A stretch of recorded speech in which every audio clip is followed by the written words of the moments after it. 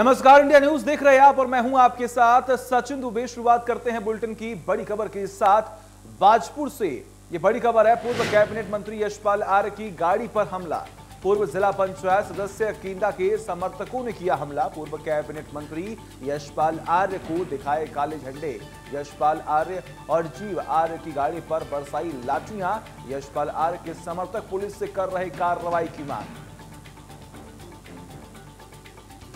तो तस्वीरें आप देख पा रहे हैं किस तरीके से तमाम समर्थक जो हैं वो बैठे हुए हैं, विरोध कर रहे हैं, नारेबाजी कर रहे हैं। यशपाल आर्य की गाड़ी पर हमला हुआ है। पूर्व जिला पंचायत सदस्य कींदा के समर्थकों ने हमला कर दिया। पूर्व कैबिनेट मंत्री यशपाल आर्य को दिखाए काले झंडे और ऐसे में यशपाल आर्य और जीव आर्य की गाड़ी पर लाठियां बरसाई गई हैं। गोरखपुर में महाराणा प्रताप शिक्षा परिषद संस्थापक सप्ताह समारोह आज से शुरू हो गया है। इस अवसर पर केंद्रीय सूचना एवं प्रसारण खेल मंत्री अनुराग ठाकुर और सीएम योगी आदित्यनाथ द्वारा ध्वजारोहण किया गया। इस दौरान 8000 विद्यार्थी और 2000 शिक्षक कर्मचारी शामिल रहे। मुख्य अतिथि में एमपी इंटर कॉलेज के मैदान से शोभा यात्रा को सलामी देकर रवाना किया। इस दौरान भारत माता की जय के नारे से पूरा शहर गूंज उठा। शोभा यात्रा दिग्विजय नाथ पीजी कॉलेज के मुख्य द्वार से वीर बहादुर सिंह तिराहे से होते हुए मुख्य पोस्ट ऑफिस गणेश चौराहा, वहां से गोलघर होते हुए कचहरी चौराहा, जिला परिषद के रास्ते स्वर्ण जयंती द्वार से पुनः एमपी इंटर कॉलेज के परिसर में पहुंचकर समाप्त होगी।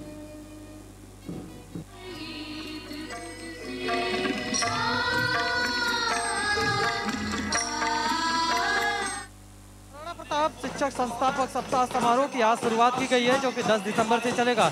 एक तरफ मैं आपको मंच की तरफ दिखाऊंगा कि जो मुख्य अतिथि के रूप में हिमाचल प्रदेश से आए हुए और सूचना और प्रसारण खेल मंत्री अनुराग सिंह ठाकुर मौजूद हैं, तो वहीं मुख्यमंत्री योगी आदित्यनाथ भी हैं और इस पूरे शोभा यात्रा को वो निकाल रहे हैं और उनके शोभा सलूट के बाद ये सारा जो है सलामी लेते हुए ये शोभा यात्रा निकल रही है। और आप देखेंगे कि ये जो शोभा यात्रा है वो एक संदेश देने का काम करती है। फिर चाहे चौरी चौरा कांड की बात हो, एनसीसी की बात हो, या फिर 3 तलाक को लेकर के मुस्लिम महिलाओं को लेकर एक संदेश देने की बात हो, या फौज में किस तरह से सेना के जवान अपनी सुरक्षा का कमान संभाले हुए रहते हैं उनकी बात हो, तमाम तरह के अयोध्या का कांड को लेकर के भगवान श्री राम और तमाम अलग अलग झांकियों को लेकर के ये एक संदेश निकालने का काम कर रहे हैं। और ये शोभा यात्रा आज पूरे शहर में निकलेगी, यानी महाराणा प्रताप से निकल करके तकरीबन 5 से 6 किलोमीटर की परिधि घूम करके फिर वापस यहीं आएगी और आकर यहाँ पे समाप्त होगी। और ये पूरा कार्यक्रम तकरीबन 10 दिसंबर तक चलेगा, जिसको लेकर खुद मुख्यमंत्री योगी आदित्यनाथ उसके गवाह बने हैं। Sushil Kumar, India news, Gorakhpur.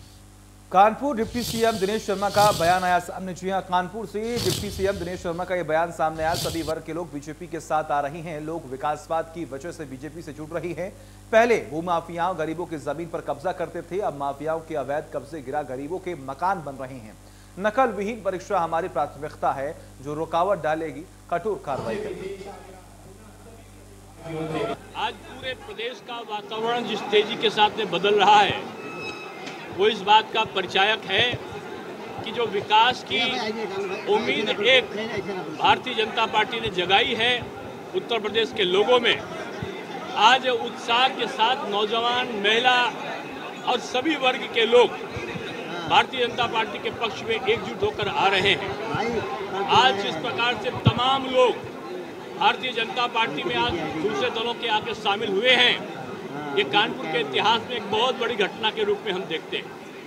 और निश्चित रूप में पूरे प्रदेश की जनता अब जातिवाद, संप्रदायवाद, क्षेत्रवाद, परिवारवाद, इनसे ऊपर उठकर अब भारतीय जनता पार्टी के केवल विकासवाद के आधार पर काम कर रही है। सिद्धार्थनगर से अगली खबर है। राज्यपाल आनंदीबेन पटेल का निरीक्षण। प्राथमिक विद्यालय और आंगनबाड़ी केंद्र का निरीक्षण किया गया। राज्यपाल ने बच्चों को किताबें बांटी हैं। आंगनबाड़ी कार्यकर्ताओं को किट बांटी गई है। जिलाधिकारी समेत सभी प्रशासनिक अधिकारी रहे मौजूद।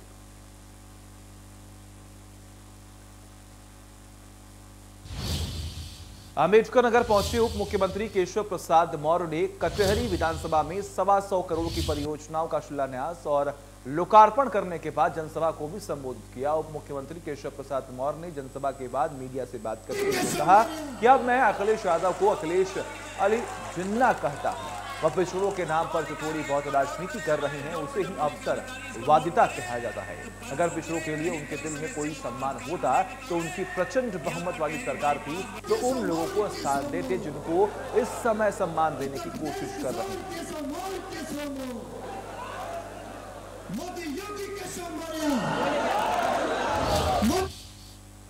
उत्तर प्रदेश सरकार के अल्पसंख्यक कल्याण मंत्री नंद गोपाल गुप्ता नंदी ने दिल्ली के 7 सफदरगंज रोड पर अल्पसंख्यक कार्य मंत्रालय भारत सरकार द्वारा आहूत की गई विभागीय बैठक में सम्मिलित हुए। मंत्री मुख्तार अब्बास नकवी की अध्यक्षता में अल्पसंख्यक कल्याण से जुड़ी योजनाओं की समीक्षा बैठक की गई।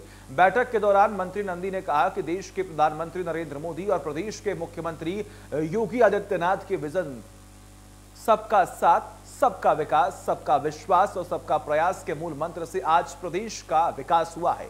राष्ट्रीय अल्पसंख्यक विकास एवं वित्त विकास निगम के सहयोग से संचालित ऋण योजना में उपलब्ध कराई गई धनराशि को भी शीघ्र अतिशीघ्र वितरित कराया जाएगा। मदरसा आधुनिकीकरण, शिक्षकों के मानदेय भुगतान हेतु जल्द प्रभावी कदम उठाए जाएंगे। समीक्षा बैठक के दौरान केंद्र और राज्य सरकार के उच्च अधिकारीगण भी मौजूद रहे।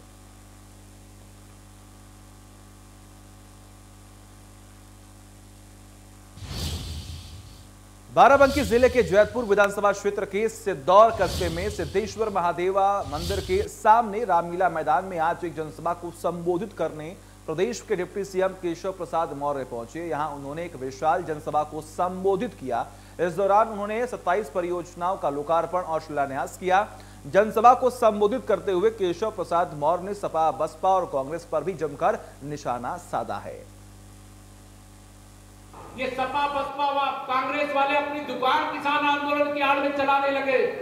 किसानों के लिए जो कानून बनाया गया था वो किसानों के हित में था, अच्छा था, लेकिन हम समझा नहीं पाए। हमारे देश के प्रधानमंत्री जी कहे कि अगर किसान नेता और किसानों को लगता है कि ये कानून सही नहीं है, हम कानून को वापस लेते हैं और देश के किसानों से माफी भी मांगी। इनको लगा यह तो मुद्दा चला गया इनके हाथ से, अब इसलिए यह मुद्दा भी चला गया। हम किसान जब तक संपन्न नहीं होगा, गरीब के जरूरत की जो जरूरत है वो जब तक पूरा नहीं होगा, तब तक मेरा देश और प्रदेश आगे नहीं बढ़ सकता। रालोद के राष्ट्रीय महासचिव बाबा हरदेव सिंह बिजनौर पहुंचे। राष्ट्रीय महासचिव बाबा हरदेव सिंह पार्टी की समीक्षा करने पहुंचे थे। वही मीडिया से मुखातिब होते हुए राष्ट्रीय महासचिव ने बड़ा बयान दिया है कि रालोद सपा का गठबंधन तय हो गया है, जल्द औपचारिक घोषणा होने वाली है। सीटों की घोषणा होने से पहले पश्चिम उत्तर प्रदेश के मेरठ में 7 दिसंबर को बड़ी रैली होने वाली है। ये रैली पश्चिम का सियासी गणित बदल देगी। इतना ही नहीं, बाबा हरदेव सिंह ने कहा कि एमएसपी पर गारंटी कानून बनना चाहिए। बीजेपी किसानों की आय दोगुना करने को कहती थी, लेकिन किसी भी किसान की आय दोगुनी नहीं हुई।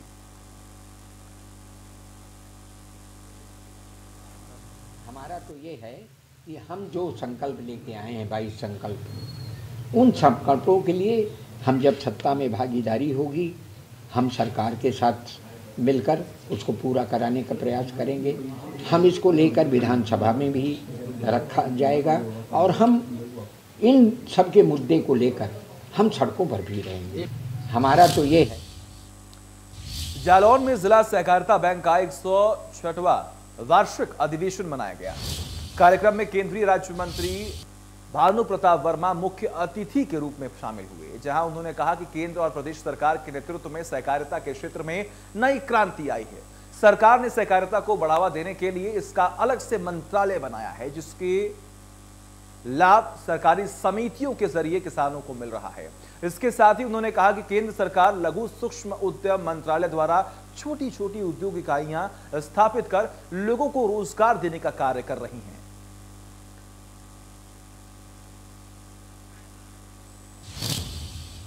आगे बढ़ते हैं, लखनऊ से अगली खबर है। यूपी टेट पेपर लीक मामले में सीसीटीवी फुटेज एक सामने आ चुका है। अनुप्रसाद और परीक्षा नियामक प्राधिकारी संजय उपाध्याय से जो मुलाकात हुई थी उसकी ये फुटेज है। 23 अक्टूबर 2021 का नोएडा के एक होटल में हुई थी मुलाकात। राय अनुप्रसाद की कंपनी को मिला था पेपर छापने का ठेका। सफेद शर्ट, स्लेटी पैंट में अनुप्रसाद दिख रही हैं। पीली T shirt, sky blue jeans में दिखे संजय उपाध्याय। मुलाकात के दौरान अनूप के कंधे पर टंगा हुआ बैग दिखा। दोनों की मुलाकात की वजह तलाश रही एजेंसियां।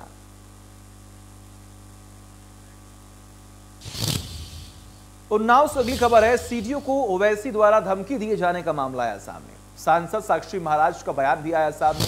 गीदड़ लोग धमकी दे सकते हैं, मुझे लगता है आने वाले समय में उनका इलाज होने वाला है। उन्नाव से बीजेपी सांसद हैं साक्षी महाराज, जिन्होंने ये बयान दिया है। महाराज जी, ओवैसियों की तरफ से सीडीओ साहब को धमकियां दी जा रही हैं, तो क्या कहेंगे? अब गीदड़ लोग धमकी दे सकते हैं, उससे ज़्यादा कुछ नहीं कर सकते हैं। मुझे लगता है आने वाले समय में उनका इलाज होने वाला है। ललितपुर से अगली खबर है। वकीलों ने दंपत्ति को बेरहमी से पीटा। मारपीट का वीडियो सोशल मीडिया पर भी वायरल हुआ। पिटाई से जमीन पर मूर्छित होकर गिरी महिला। कोर्ट में तारीख पर आया था दंपत्ति। जिला न्यायालय अंतर्गत कचहरी परिसर का मामला सामने आया।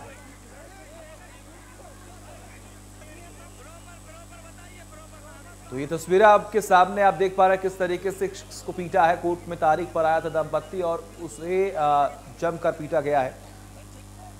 मारपीट का वीडियो जो है वो सोशल मीडिया पर भी काफी तेजी से वायरल हो रहा है।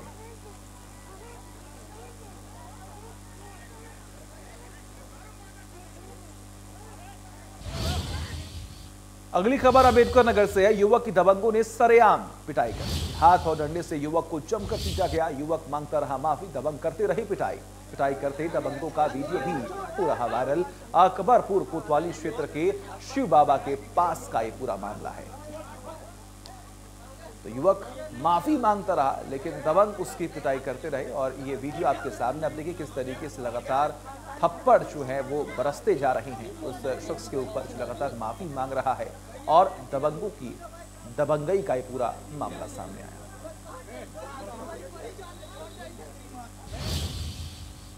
और इसी के साथ उत्तर प्रदेश विशेष में मेरे साथ बस इतना ही। देखते रहिए इंडिया न्यूज। नमस्कार।